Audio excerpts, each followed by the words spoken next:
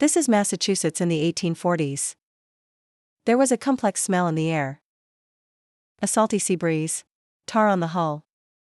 Lazy god drying. And there was this ubiquitous, thick smell of grease. That's the smell of essential oils. It is also the taste of wealth. Just a few decades ago. The center of Putin's world, or that little island next to it called Nantucket. But as the whalers got bigger and bigger, sailing farther and farther, dive poured over there in Nantucket, it's no longer enough. So New Bedford came after. It became the new whaling capital of the world. This is one of the wealthiest cities in America. Ship owners and agents walking down the street. They're all very expensive. And you have no money. Why are you here? Perhaps to escape the drudgery of life on the farm. Perhaps to avoid an unpaid debt. Or I just got carried away by adventure stories. Recruitment agent. Taint the premium as a great adventure. Is young. The ultimate test of your masculinity. It's the only ticket to see the world. Others came with even stranger ideas. For example, there is a young man named Elias, claiming that he was on board to atone for his sins. He felt that the harsh environment of whaling ships can morally reinvent his life. No matter what your reason is. Now you're all standing in a small office. And across from him sits a shrewd agent. He represents the investors in the ship, responsible for recruiting crew members, purchase materials, plan a route, is the operator of the whole business venture.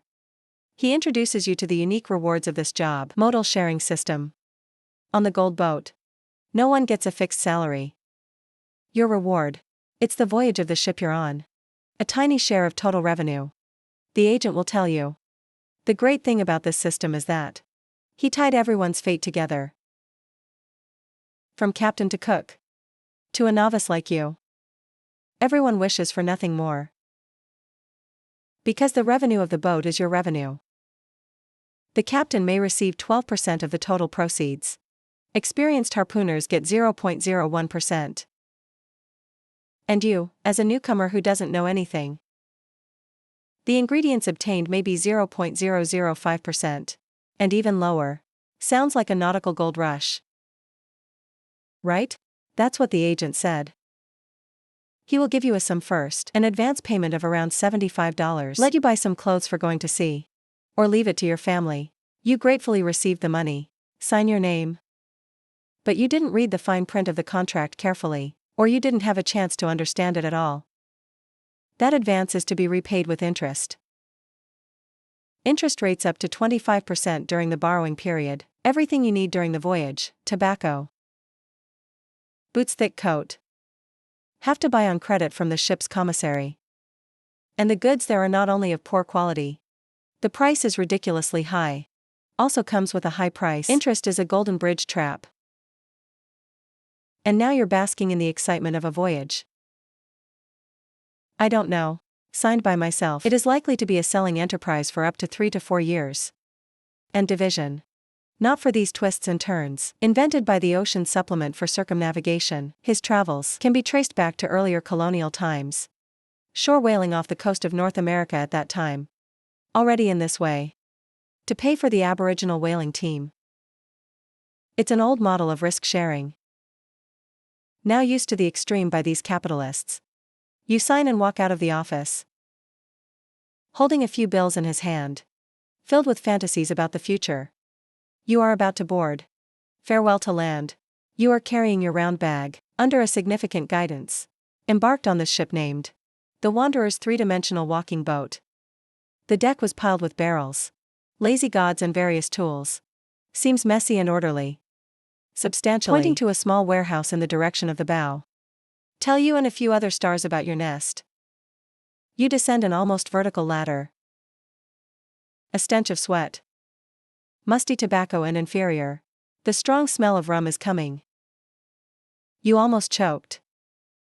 This is the crew compartment. Mariner's gates home for the next few years. The space is narrower than you think. It's under the main splint. Form a triangle. Because it's right at the front of the boat. It's dark and hot in here. It's like an oven. The only natural light from the warehouse you just came down from. By the dim light. You see along 3 walls, arranged with upper and lower bunks. About 24 in total. Each bunk is extremely narrow. Just enough for one person to lie down. There are no benches. No table. The only seat is the sailor's own sea source. Township, they are placed next to the bottom bunk. A whaleman, in his memoirs, once described this place as, "It's dark and sticky in the crew compartment, dirt everywhere. Filled with foul air and smog. Haihara soap bucket. Greasy pans and spoiled meat." You look around.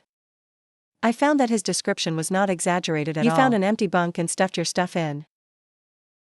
Your roommates are also coming down one after another. You are surprised to find, this is a maritime United Nations.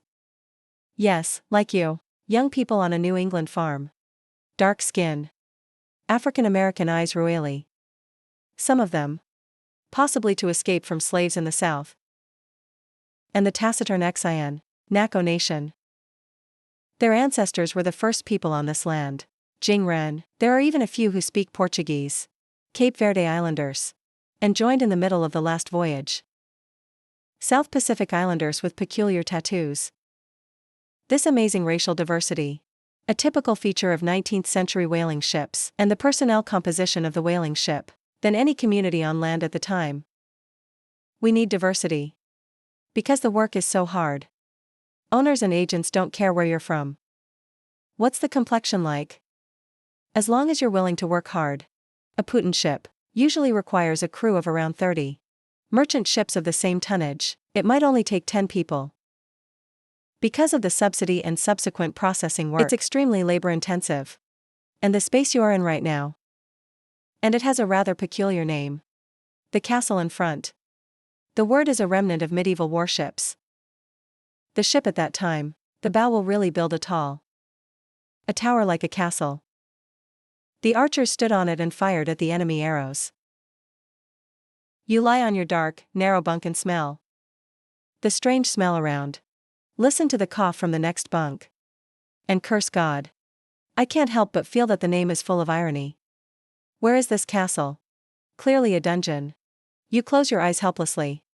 A heavy sense of exhaustion came. The hull is shaking slightly. You ignore everything around you. Fall asleep. The next morning. You are shouted from the deck. The sound and footsteps woke up. Out of the crew compartment, the harsh sunlight makes you squint. You'll see soon enough. This ship is a hierarchical microsociety. And you're at the bottom of the pyramid. At the top is the captain. He is the supreme master of this ship. He doesn't need to be on duty, freedom to come and go. In addition to being responsible to the shipowner far away, he is not responsible to anyone. His orders are the law. Even the rich can't question. If he wants to. He can do it anytime. Dismiss any official. Even dismissed him as a sailor like you. Into the crew compartment. In those days. Knitting is legal punishment. The captain has the right to use a whip to punish any crew member who disobeys orders. And the name of a good captain can attract the most experienced sailors. And a bad captain's reputation will make everyone avoid it. But like Captain Riaha of the White Economy. Revenge for a specific whale. And to the lives and business interests of the entire ship. Ignoring paranoia. Extremely rare in reality. The real Captain Putin is mostly a pragmatic businessperson. Their primary objective is profit, rather than some fateful personal grudge. Below the captain are 3 to 4 rich people. The rich man is the prime minister of the ship, responsible for giving orders to the captain, supervise all work, and keep official logbooks. Urfu's situation is a bit awkward. It was nicknamed by the sailors Dog Post. He has to maintain discipline like an officer. You have to do the dirty work of the sailors yourself. Like climbing up the pole and collecting the sail. Therefore, it is often unflattering at both ends. And then down below you have the technical elite on board.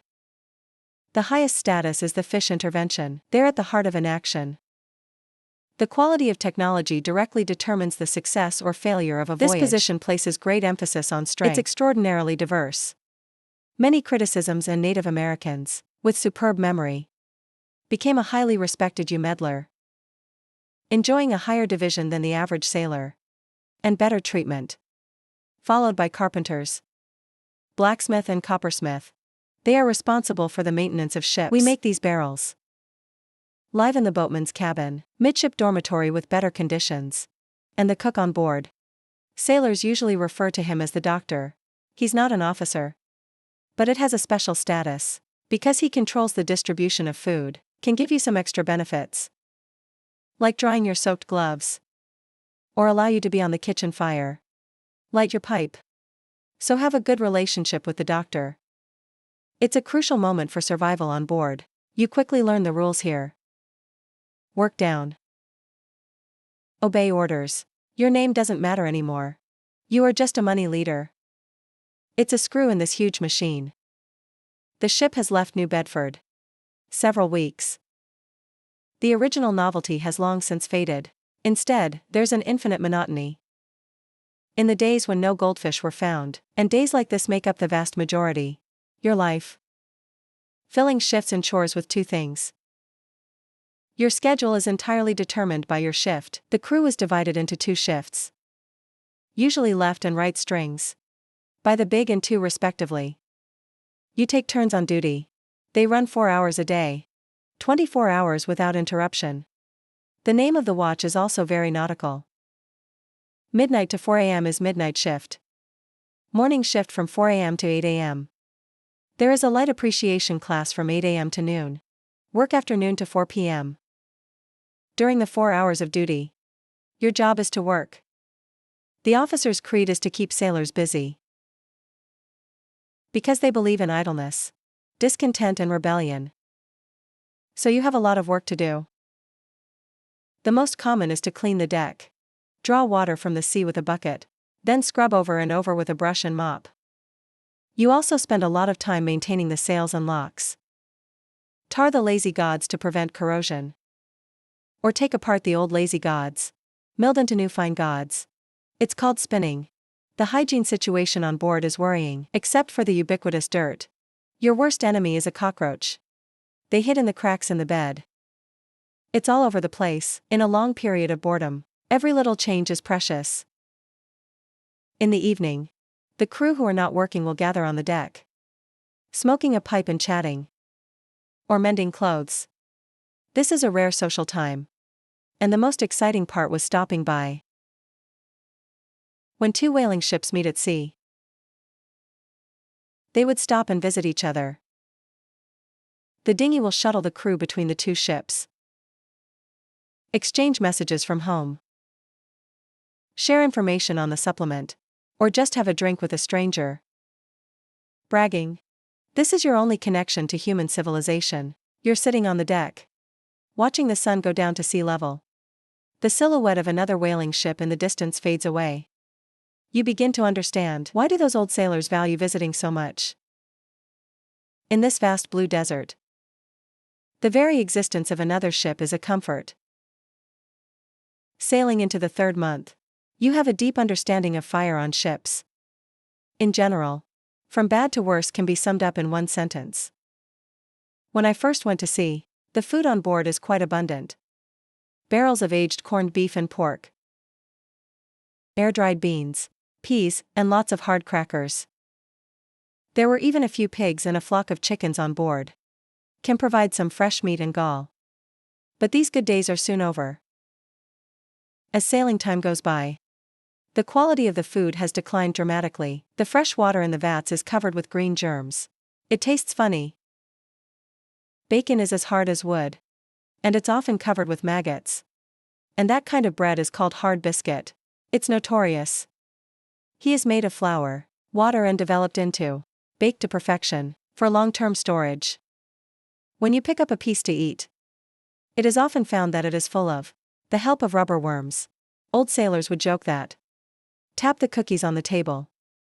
Let the living tenants crawl out on their own. The rest is ready to eat. In such a monotonous diet, every little change is like a holiday gift. When a ship docks at a Pacific island, you're going to go crazy with fresh fruits and vegetables. So breadfruit, bananas and coconuts. Sometimes you catch turtles to make soup. Or catching seabirds. A captain's wife once wrote in her diary. Turtle soup is delicious. This tastes like chicken soup, of course, as a whaler. Inevitably on your menu, there will be whales. Although most Americans are not amazingly considered lean meat. Rough taste. Taste rises. Food that does not belong to civilized people. But when there is no other choice, no one will refuse. Goldfish tongue. Brains and even dolphin meatballs. It could be on your plate. But there is a whale-related food on board. It's what everyone is looking forward to. That's donuts fried with essential oil. When the essential oil stored on board reaches 1,000 barrels. To celebrate this milestone, the chef makes a dough out of flour and molasses. Make a small noodle ball. And then, in the big iron pan for boiling oil on the deck. Use the freshest, the hottest essential oil will fry these balls until golden. A captain's wife wrote in her diary. Fried donuts don't smell oily at all. It's very dry and delicious when taken out of the pan. After months of eating bug cookies. Can eat such a bite freshly baked. Steaming sweet tooth. A great treat for sailors. You're nibbling on a cookie that's hard enough to be a rock. I began to pray silently. I hope Liao Wanyuan can shout that sentence tomorrow. That sprayed water. Not only for that division. Also for the legendary donuts fried in essential oil. Today it's your turn to look at the top of the vegan. It's not dawn yet. You are woken up. Start climbing up. The boat has 3 bamboo vegans. There's a lookout point at the top of each vitamin. 100 feet above the deck. You use both hands and feet, stepping on the ladder, crawling up in the dust. From sunrise to sunset, there must be someone pointing at the top of the tail pole at all times. Liao Wanyuan rotates every 2 hours. They have only one task. Wide-eyed. On a vast sea. Looking for water droplets spewed by whales. The first person to spot a whale usually get a reward. Like a pound of tobacco, you finally reach the top. Fix yourself in what is called, in the small platform of the duck's nest. The whole world unfolds beneath your feet. The copper petals on the deck turned into tiny ants. The ship is like a leaf, floating on the boundless blue satin. At first, you feel an indescribable excitement and grandeur. But soon that feeling was replaced by monotony. There are only 3 things in your field of vision. Sky, ocean. And connecting the sky and the sea, the distant horizon. Time seems to stand still. Herman Melville. This former Bujin. In his novel Platinum. The psychological state of Liao Wanyuan had a great second reply. He wrote. For a dreamer who meditates. The top of the pole is a very pleasant place. Here it is. You are lost in an endless sequence of oceans. The rocking of the boat makes you drowsy. It eventually falls into an opiate-like state. Unconscious reverie. Your thoughts start to drift away. You are no longer focused on finding the water column. It's about thinking about the mysteries of the universe. Memories of a distant hometown, or just stare into the void. Melville says. In this state, your spirit, the soul, gradually dispersed into time and space. But this state of the philosopher is extremely dangerous. If you accidentally let go of your hand in reverie, or your feet slip, your identity will snap back in a fright. With a choked scream, you will fall from 100 feet in the air. Disappear into the summer sea. Never come back. This practice of looking for goldfish from a high place, it didn't start with ocean whaling ships. As early as the 18th century, whaling at South Target, people erected tall poles on the shore. Send people to the top to monitor the nearby waters. Once a whale is spotted, they'll take the dinghy to the shore. Send a signal. This rickety fence pole you're standing on now. But that kind. An upgraded version of the original shore lookout. 2 hours have finally passed. You are replaced. Crawling back to the deck with stiff hands and feet, you feel as if you have returned from another world. On top of the pole. You don't see anything? But it seems to see everything. Suddenly a sharp and long cry. Breaking the silence of the ship. It's coming from the top of the front pole, with a trace of trembling from excitement. That sprayed water. Instantly the whole ship comes to life. It was still on deck just now. Wu Jing's vegetable field is chasing you, the god of hemp. Throw away the work at once. Dash risk. The sailors poured out of the crew compartment. The cook threw away his spoon. Even the captain appeared on the back deck. Everyone is looking for the direction that the sound is leading. A white mist on the distant sea level. Like a fleeting cloud. Liao Wang Yuan's cry is the most exciting signal on a whaling ship. It means the long wait is over. The brutal hunt is about to begin. The captain will immediately give the order to lower the dinghy. You and 5 other crew members quickly jump into a ship, a narrow boat called a whaler.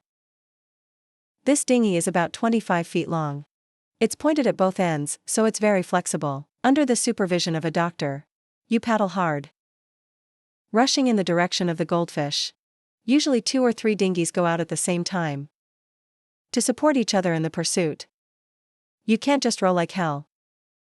Goldfish have very keen hearing. So the closer you get, the movement must be lighter. The big man will direct you with gestures. Sliding silently. Harnessing the wind and willows. Approach from the back or side of the goldfish. Avoid being discovered by him. When the dinghy gets close enough distance, the fisherman on the bow will stand up. Raise your weapon. It was a long iron hair, known as crystalline iron. Its purpose is not to kill whales. It's like a giant fishhook, deep into the thick fat layer of the whale. Then through the rope attached to his tail. Tie the whale to your dinghy. Harpooners aim for timing. Slam the harpoon out. You hear the sound of a dream and tea successfully hit. It hurts to gather essence and eat pain. It churned violently. Come see. The face was turned upside down in an instant. He starts running like crazy. And your dinghy, by that seemingly slender rope, tied firmly behind him, began the most thrilling journey of the next trip. According to modern data from 19th-century whaling logs analysis, researchers have discovered a new area for whaling. The success rate of whaling ships will be high in the first few years. But a few years later, harpoon hit rate will drop sharply by 58%. And it wasn't the later whaling. Human technology has deteriorated. It's because the whales have learned to avoid them. This represents there is a more complex past, communication of information by voice or other means, and knowledge transfer. We still don't fully understand it. Whale culture. Research shows that, when confronted with killer whales, ink whales will form a circle. Defend with your tail facing outward. But this strategy is difficult for whalers, will only make them living targets. Soon they gave up this traditional tactic. Instead, he learned to run against the wind, because when the whaler's sailboat is against the wind, the speed will be greatly slowed down. You don't know this yet. You only know you are being attacked by an angry and wounded behemoth, dragged across the sea. You hold on to the title. Heart pounding. I don't know what's waiting for you next is wealth. Or a destruction. Your boat is like a leaf initialized by the current. Trapped by a strip of polycrystals weighing tens of tons, gliding across the sea at breakneck speed. The sight before your eyes is dizzying. The sea water splashes on your face and looks bitter. The only thing you can hear is the howling of the wind, God, and the unlocked one that connects you to the whale. High speed from the figure emitted when passing through the grooves in the bow of the boat. That rope is your life infra.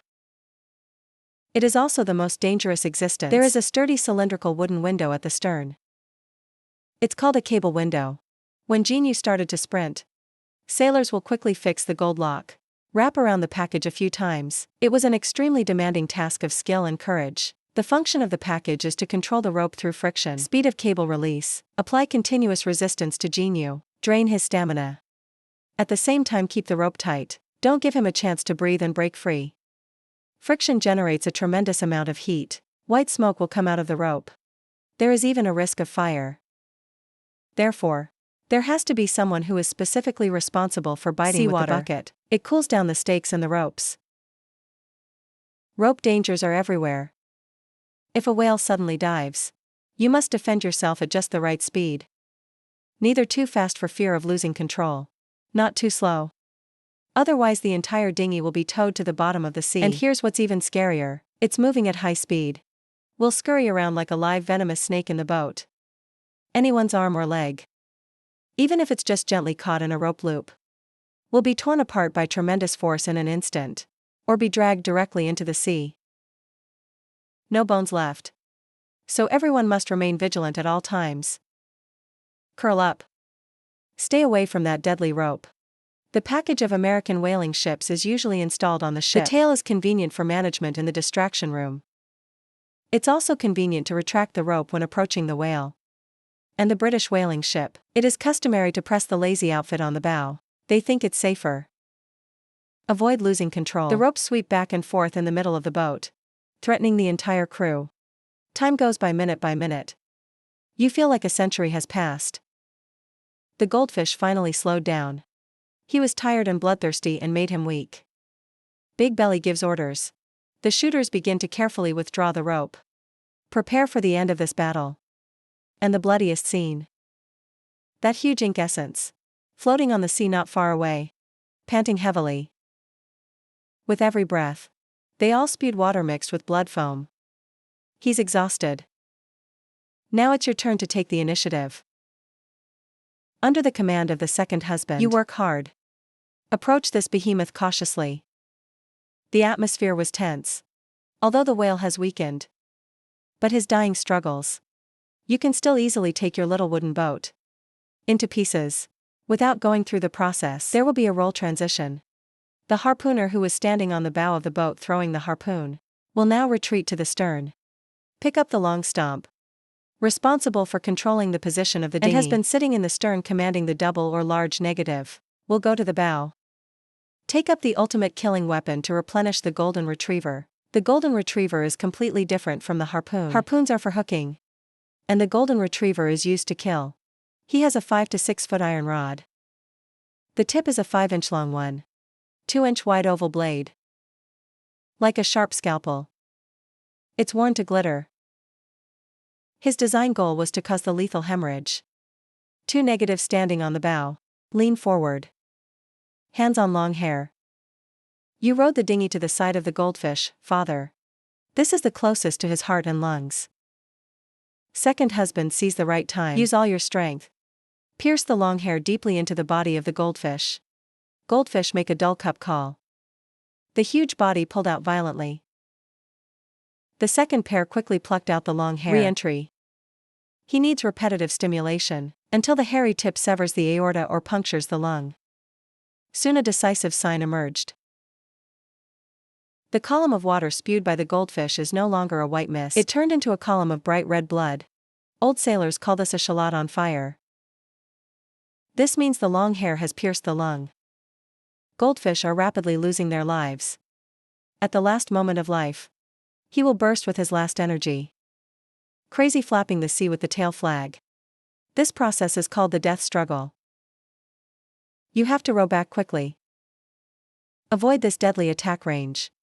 After a few minutes, and everything quieted down, Jujing's body trembled violently, then slowly rolled over, revealing a white belly. He died in at that time. Some British-made golden retrievers. There will be several longitudinal grooves on the waist on the blade. It is said that the purpose of this design, it is to allow the blood of the goldfish to flow out faster. Accelerate its death. But this design, never surprisingly adopted by utilitarian America. By the middle to late 19th century, a more efficient way, and more inhumane weapons have appeared. Bomb hair. It can be fired with a characteristic gun. It explodes when stabbed into the whale, causing massive internal injuries. You look at the red water in front of you. A corpse floating like that hill. There is no joy of victory in my heart. There is only a numbness mixed with awe and exhaustion. The most thrilling part is over. But the dirtiest, the hardest work. It's just getting started. Your first challenge is to take this 50-ton trophy, tow back to the mothership. If the mothership is far away, this can be an extremely physically demanding job.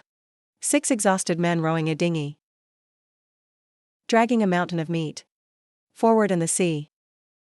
Can't go more than a mile an hour. Fortunately, the mothership saw your signal. Coming this way. But your troubles are not over. The smell of blood is like a magnet. attracting all the opportunists of the sea. The shark is in the process of dealing with the capital. Sharks are a constant threat. They come from all directions, came in frantically biting the whale carcass. Your work must be against time. Because every time a shark eats an extra bite, your profit will be 1 cent less. After the mothership approaches, you use thick chains. Secure the golden lion to the right string of the boat. Then the cutting operation officially begins. This is a bloody, greasy, messy, and extremely dangerous process. A wooden platform for snacks will be placed on the deck. On the outside of the string, right above the spar.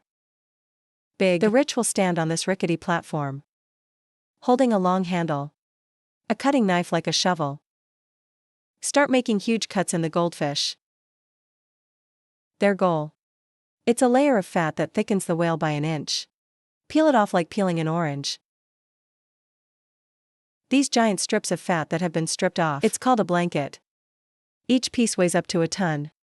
They will be caught by the pulleys and slings on the boat, hooked with a giant fat hook.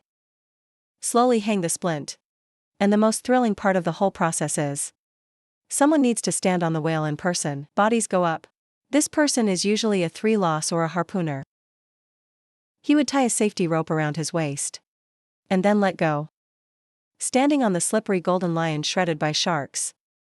Responsible for the fat hook secured to the carpet block. You can imagine. Underfoot is dozens of tons. Floating corpses undulating in the waves. Surrounded by rolling sharks. How much courage does it take? The deck is also dangerous. Fat lump caught on the deck is further broken down into smaller pieces of horse meat. In the process, essential oils and blood flow everywhere. The deck became unusually slippery. I accidentally slipped. May fall into the sea. Become a shark's dinner. Sharp cutting tools can also cause serious harm at any time. You're standing on the deck. Smell of blood. Watching huge chunks of fat being hung up. I don't feel like a sailor. More like a butcher. When night falls. The most spectacular on deck, and the worst part of it all began. Ship center. The bicycle stove that is usually covered up. The roaming stove is lit. Travel stove. It was a key technology that emerged in the late 18th century. It allows whaling ships to weave crystals directly at sea. Refined crystal oil. Therefore, the sailing time is greatly extended. It also gave birth to the 19th century ocean golden supplement. Age. There are 2 huge cast iron pots in the stove. It's called a boil. The crystal juice, cut into small pieces, is thrown into the pot. At high temperatures, precious essential oils are slowly refined. The initial ignition required firewood, but once the first pot of oil comes out, the whole process goes into self-sufficiency mode. The fat residue of the boiled oil will be fished out. Throw it back into the sugar as fuel. Continue to provide calories for the fats that make zinc. Melville has a great metaphor for this. The whale is like a self-immolating martyr. Ignite yourself with your own body. Burn yourself. The roaming scene at night is like hell on earth. Flames roared out of the furnace and through the smoke. Illuminate the whole ship. The towering pole and the wrong lazy god. Eerily red in the firelight. The harpooners stand at the edge of the pot, waving long-handled iron tea and spoons, stirring the boiling fat in the pot. Their figures elongated in the pulsing firelight. Twist. It looks like a bunch of demons with claws and teeth. And the smell is even more indescribable.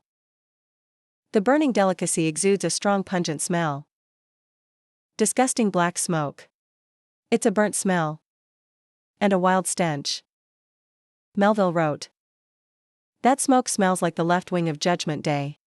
He is a famous town where hell exists. The smell will permeate every corner of the ship. Your clothes. Hair, skin. Even the cookies you eat. All with a lingering greasy and burnt smell. To prevent the high temperature of the stove from igniting, wooden deck. The entire brick paint structure. It's built on a shallow metal water pan. This tray is always full of water. Absorbs heat through the evaporation of water, protecting the deck below. This is a simple but crucial design. Guaranteed this burning hell ship won't really burn. It's your turn to work the night shift. Take the helm. You look at this hellish scene in front of you. Firelight on your face. The smoke chokes you out of breath. The ship is breaking through the dark sea. Like a ghost laden with flames and corpses. The ship is confirmed to be the end of a certain revenge. You are hypnotized by the sight. For a moment. You're even delusional. I thought I was driving the boat. Rushed to the abyss of hell. The roaming operation lasted for 2 days and 2 nights, until the last place. Essential oils are put into wooden barrels. Seal it in the warehouse. The noise and the stench gradually dissipated. The ship returned to its former calm and monotony. Before the next goldfish is found, you will enter a long waiting period again. This time of doing nothing. It's a hotbed of creativity for sailors. You will see the old sailors come out of a bag. Take out some milky white ones. Big crooked guy. That's bomb teeth.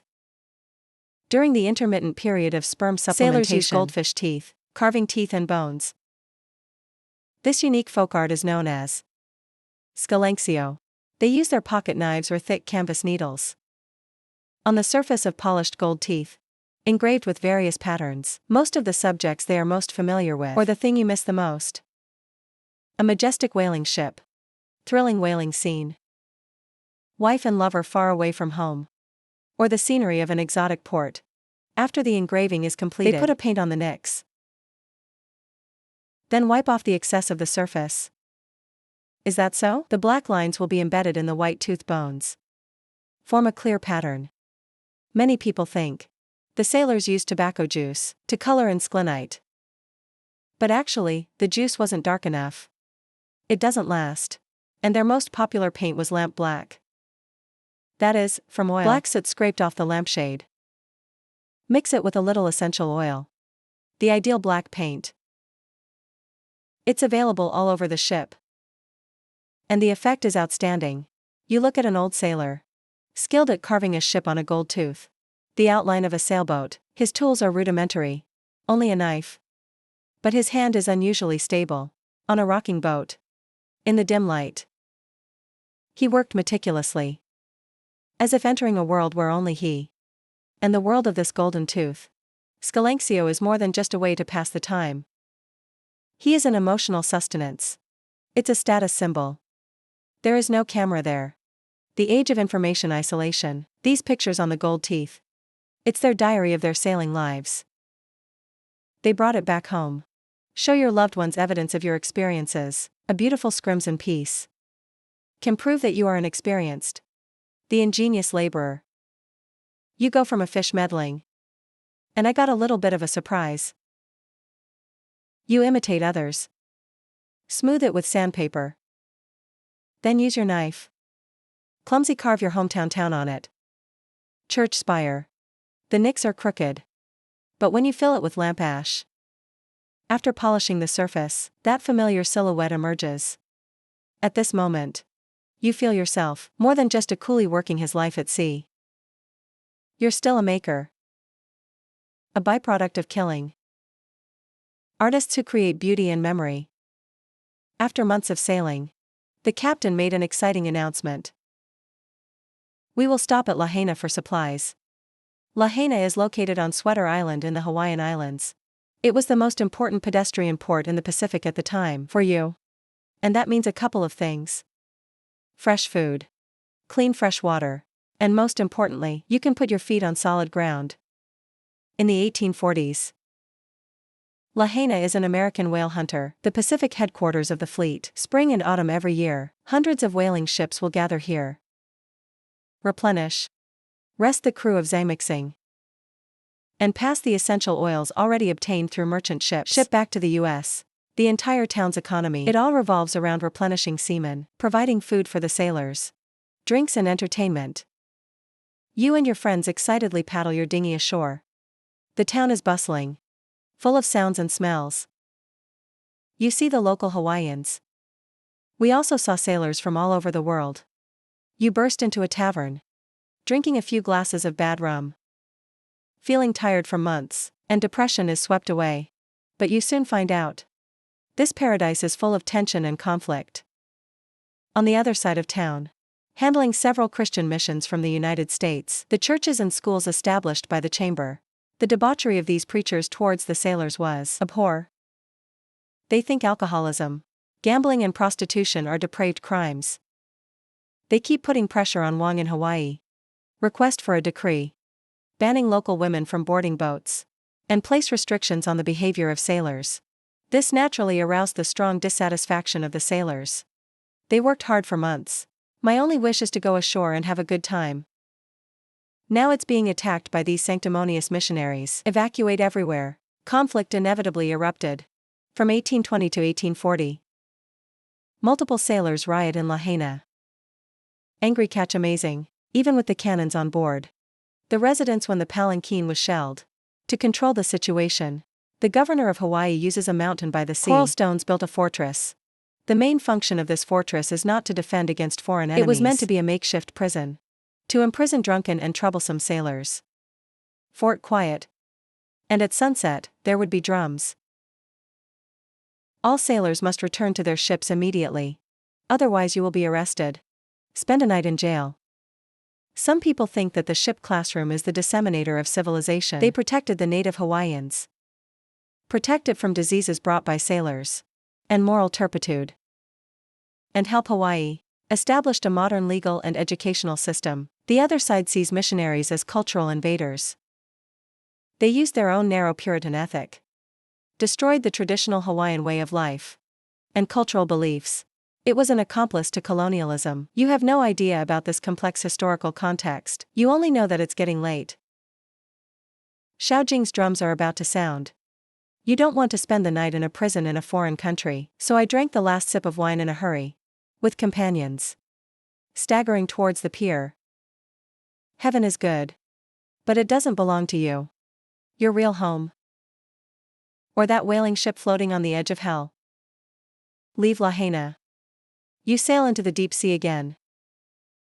This time, the sea shows you his peaceful side. A huge storm is coming without warning. The sky became as black as ink. The wind blows the waves. Hit the hull hard. You're clutching the lazy god on the deck.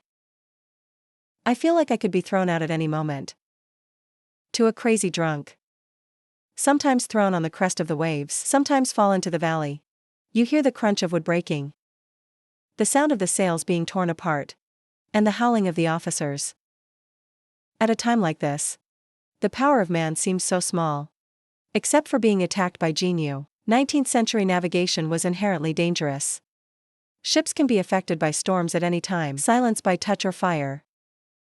The crew also faced various accidents. Like falling off a high pole. Or injured while handling oil drums weighing hundreds of pounds. Since few sailors could swim at that time, falling into the water is basically death. In such a high-pressure and dangerous environment, the sailors developed a system, unique superstition and competition, as your own psychological comfort. You will find, old sailors would never whistle on a boat.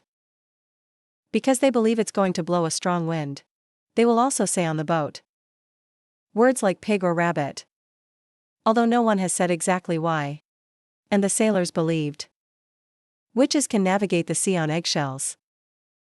And make waves. Therefore, after they eat their eggs, it will carefully crush the eggshell. To prevent being used by witches, this seemingly absurd habit. Behind them is their deep fear of unknown forces. In addition, they also believed in many omens, such as the morning red glow. Sailor alert. Red glow in the evening. Sailors rejoice. This proverb actually has some meteorological basis. Because in the middle latitudes of the northern hemisphere, weather systems mostly move from west to east. The red glow in the morning means sunny in the east, but clouds from the west are approaching. May bring bad weather. I don't know how long it has been. The storm has finally passed. You are soaking wet. Exhausted lying on the deck looking up at the sky. The re-emerging starlight. You don't know what you just prayed. Did it really work? But you'd rather believe. It's those ancient rodeos and rituals. To help you get through this. On this moody sea. Faith is sometimes more important than passing the rudder. 3 years or more. You can't remember the exact day. You only know. The ship's cargo hold is already full of oil drums. The bow finally turned. Direction towards home. He's home. The news spread like a warm current across the ship. The atmosphere of depression and exhaustion was swept away. In its place is an almost insane joy. People started singing. Start talking about the first thing you're going to do when you get home. You remember the smell of New Bedford Pier. Reminds me of the wife you have only been with for a few months. I remember your division. After years of hard work. That must be a huge sum of money. You figure you can buy a small piece of land with this money. Or open a small shop. Never have to go back to this damn sea again. And despite the division. Often leaving sailors in debt. But there are always some voyages that will be exceptions. If a ship is lucky. Captured a large number of high-value whales. Then even the lowest-ranked sailor. You can also get a considerable income. Your voyage. It's such a lucky trip with a full reward. The ship finally docked. You and your friends rush into the office where the contract was signed. Prepare to receive your compensation. The agent took out a thick ledger. Start a calculation one by one. The atmosphere was a little tense. He deducts the $75 advance you made before boarding the ship. And the high interest rates accumulated over the years. And then? It's all the extravagant purchases you made at the ship's commissary, the one that doesn't keep you warm. The boots of the coat wear out quickly. And every pound of tobacco you smoke. Every stroke is clear. Make your heart sink. But then the agent flips to another page. Announce the total profit of the voyage. An astonishing number of times, over $45,000. Like the Benjamin Tucker that returned in 1851. You held your breath. After all the complex calculations and deductions, agent looks up. Tell you, the number that finally belongs to you is nearly $300. $300, which was a lot of money at the time. For an ordinary land laborer. This is equivalent to nearly 3 years' salary. You know, New England in the 1850s. At the price of an acre of ordinary farmland, around $6 to $20. The money in your hand. Enough to buy you 1 billion acres of land. Build your own house. Really start your own life. Not just a dream. You walk out of the office with a heavy wallet. Standing on the streets of New Bedford again. Everything here no longer makes you feel unfamiliar and distant. Instead, full of hope. You did it. You look at those new ships in the harbor ready to go. Look at those who were just like you back then. Young faces full of longing. Mixed flavors in my heart. You are free. It's real freedom. Your voyage is over. Your new life has just begun.